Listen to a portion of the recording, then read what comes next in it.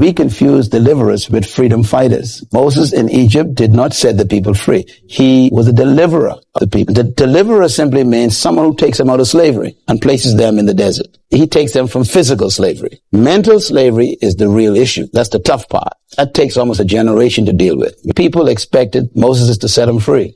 And we need to remember that we are not free. We are delivered. The oppressor is still around. He has no more physical control over us, but he still has a mental damage on us. And that's why deliverance is a very difficult period, because you are out of Egypt, but Egypt is not out of you. You're away from the wind of Egypt, but the scent of oppression is still in your nostrils. So the deliverer physically sets you free. He takes the chains off. He opens the prison doors. He tells you to go out, even leads you out, but he can't take you in to freedom. Freedom, not a location, it's a mentality. So nothing is worse than taking a slave into freedom without freedom in his mind. Solomon says, woe to the land when a slave becomes king. That word woe means the land is in trouble. When a slave becomes king means even though you give the person power, they still think like a slave. And nothing is worse than a powerful slave, because the mentality will destroy the people. And so wearing a crown doesn't change your mind. It exposes it.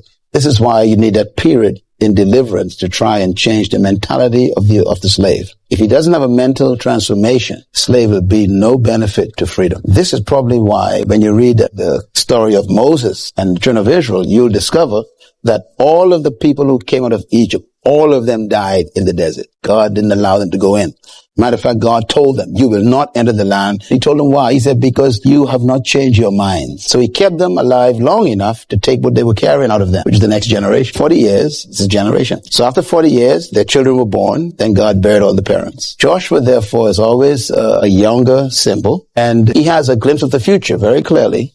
But he also has an appreciation of the past. There has to be a point in every national joining where the Moses must take the baton and give it to Joshua.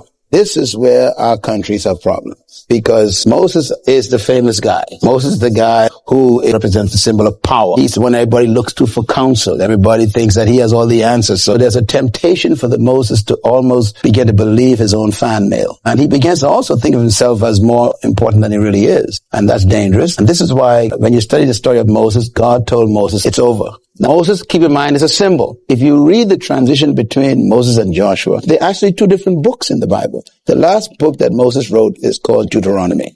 The last chapter of it says, and Moses died. And the last few verses says, and Moses was dead. Moses laid hands on Joshua, presented him before the people. He went to the mountain, and then he never came back again. In fact, the reason why God made sure that no one could find his grave is a very important thing. Because you can almost be so busy worshiping history, you never make a future. So he doesn't